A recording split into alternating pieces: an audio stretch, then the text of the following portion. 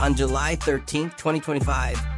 Gainbridge Fieldhouse in Indianapolis brimmed with anticipation as the 11-10 Indiana Fever hosted the 6-17 Dallas Wings. Fresh off a comeback win against Atlanta, Indiana seized control with a franchise record 64 first-half points and never looked back, powering to a 102-83 victory. Kelsey Mitchell's aggressive drives and Natasha Howard's interior dominance complemented Caitlin Clark's court vision, while Dallas's Paige Bueckers fought valiantly but could not withstand Indiana's relentless pace. Welcome to Jintatski Sports, your spot for all things sports. From legendary moments and big-time plays to inspiring stories and deep dives, we bring you the content that keeps the game alive. If you love sports as much as we do, hit that subscribe button and let's get into it. The opening quarter set the tone. Bueckers struck first with a 29-foot three, and Aliyah followed with a turnaround jumper that lifted Dallas to a 16-11 lead. Indiana answered immediately.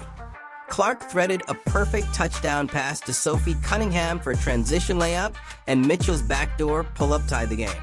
Boston's physical post play drew defenders, freeing Michaela Timpton for a high-arc turnaround at 4:22, and Ari McDonald's mid-range pull-up gave Indiana a 28-27 edge when the buzzer sounded. In the second quarter, the Fever's offense erupted.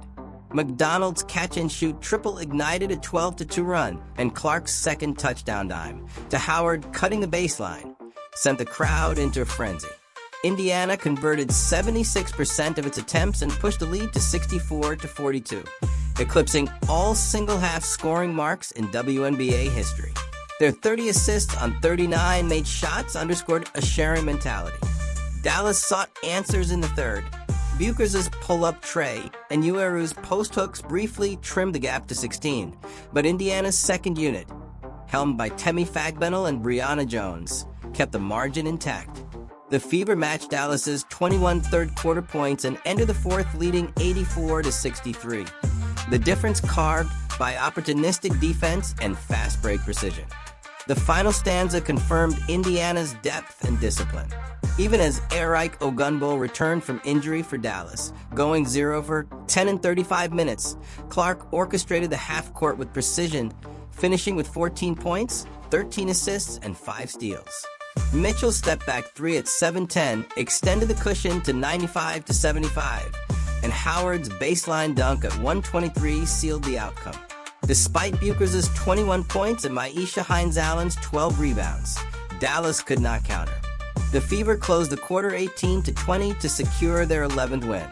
Indiana's historic first half was forged on exceptional ball movement and ferocious transition. Their 30 assists on 39 baskets and 28 transition points sprang from 18 forced turnovers, while 11 offensive rebounds fueled second-chance efficiency. Mitchell's 25 points, her second such outburst in 3 games, blended downhill drives with pull-up threes. Boston's 17-point, 11-rebound double-double anchored the inside, and Clark's 13 assists and 5 steals validated her growth as an elite facilitator.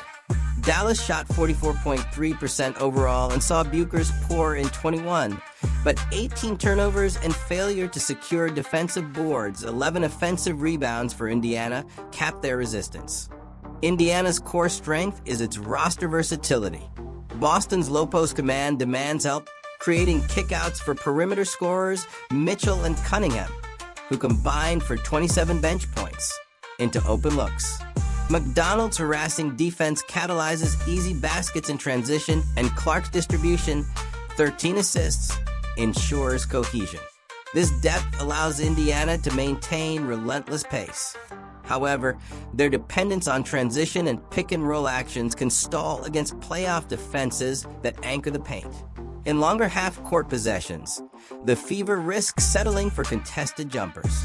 Their three-point consistency fluctuates, dipping below 30% in prior games. To address this, Indiana should integrate mid-range pick-and-pop action for Boston and Hull, flaring them to the elbow to stretch defenses and script staggered off-ball screens to fracture traps. Enhancing Dantas' floor spacing role will further crack paint-packed coverages.